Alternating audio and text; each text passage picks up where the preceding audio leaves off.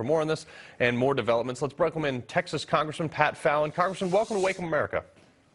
Carl, thanks for having me on. Appreciate it. All right, so you and I were texting before this, talking about what is going on, and Putin has put his nuclear forces on high alert. What? You want to talk about an overreaction? I mean, this guy, first of all, Carl, you know, he was asked, 'cause a lot of people are asking me, like, why and how did we get here? And Putin has never seen the Ukraine as an independent country. He was asked last year if the Ukrainians and the Russians were brothers, and he said, no, we share the same soul.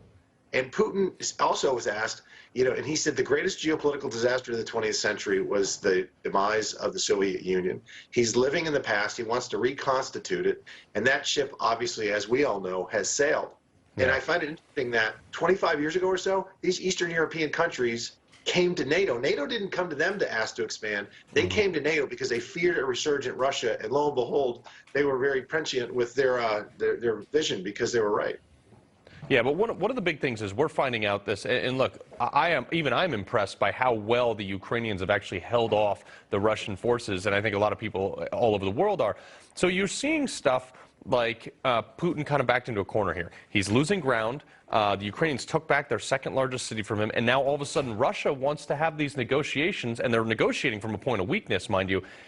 I mean, when we talk about this, what is the process to stuff Putin back in his hole? Like, what do you think Zelensky's going to say, other than, like I said earlier, just get out of my country? Yeah, right now that's pretty much what Zelensky should tell him, is, you know, get the hell out. The last person that invaded the Ukraine was named Adolf, and it didn't end too well for him. Yeah. So, you know, and I think one of the reasons, too, a lot of people don't understand, what's Putin after? Obviously, he's delusional, but he's also after the Ukraine is a jewel. There's 44 million people in that country. They have the most arable land in Europe. They can feed 600 million. Right. They have more natural resources than any other country in the world, save 3. So they have the 4th most natural resources. They have iron ore, titanium, uranium. So he'd love to have it, but it blew back in his face, and thank the Lord it did. All right, so some theories that have been going around the internet right now, and we know everything on the internet must be true, right? But one of the things that people are saying that this is Putin's last stand, that there may be some sort of terminal illness, maybe that his back is against a wall. You know, these are all speculations, obviously. Does that scare the American government so much that we should actually be potentially prepared to defend a nuclear attack? That's the frightening thing, and you would hope that if he's that unstable, that somebody within Moscow will take him out. I mean, if he orders a nuclear strike, they should kill him. Yeah. And those oligarchs, you know, when they're billionaires, they tend to want to live, and the people around them probably don't want their families to all die in the next week. Yeah. So, hopefully they'll take care of that themselves and clean house. Yeah, no, and we've seen also, because of the Ukrainians have been able to push so hard, they've actually really diminished Russia's standing on the global stage. Now even China taking steps to sanction in the SWIFT banking system against two banks. You've seen Germany committing weapons now. America is, I would say that Biden is reluctantly jumping in on this and creating sanctions that will actually hurt Americans, but also hurt Russians a lot more. If that is the case, we have drastically diminished the standing of Russia. I mean, everybody knows that their economy is about the size of Florida. They're not this huge thing, but now it's come front and center.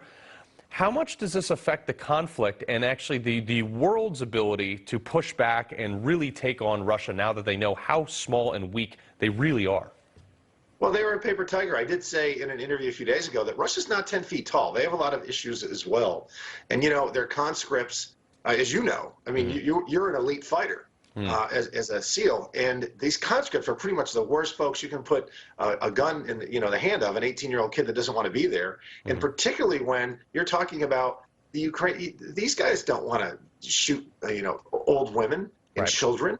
And so he doesn't have, these aren't like stormtroopers here. These are, just kids, and they want to, you know what they want to do? They want to be on TikTok and Tinder and things like that. Yeah. They don't want to be fighting in a war. Well, that's interesting. We're seeing some of the videos come out that, Ukrainians are actually trolling. Like, we saw one man stand in front of a tank And the tank driver didn't run him over because, he, like you said, he doesn't want to do that because he might be an 18-year-old kid. We saw the Russian tank that ran out of fuel on the side of the road in Ukraine, and a guy in like a Yugo drove up to him, was like, "Hey, you want to ride back to Russia?" You know, I mean, and they kind of laughed with him about it. You know, like the dynamic between the Russian troop and what Vladimir Putin is putting out is pretty different, no?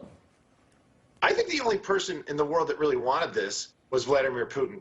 Yeah. And, you know, sometimes it's a house of cards. Right. And, you know, and what we should be doing right now, by the way, Carl, is, you know, I signed on to a letter in November with Ranking Member Inhofe and Rogers to send lethal aid back then. And Biden inexplicably dragged his feet, but we should be sending them asymmetrical lethal aid right now. I'm talking sniper rifles, plastic explosives, IEDs, anti-tank mines, you know, harpoons, javelins, stingers. Because if we put enough ammo in their hands and weaponry, I mean, they're a tough breed. They'll hold out. Yeah, or maybe an air wing, put an AC-130 up in there shooting tanks down as they come into the city of Kyiv. Who knows? I mean, something. Do something. Congressman Pat Fallon, best of luck to you. Appreciate you joining us, sir. Thanks, Carl. God bless.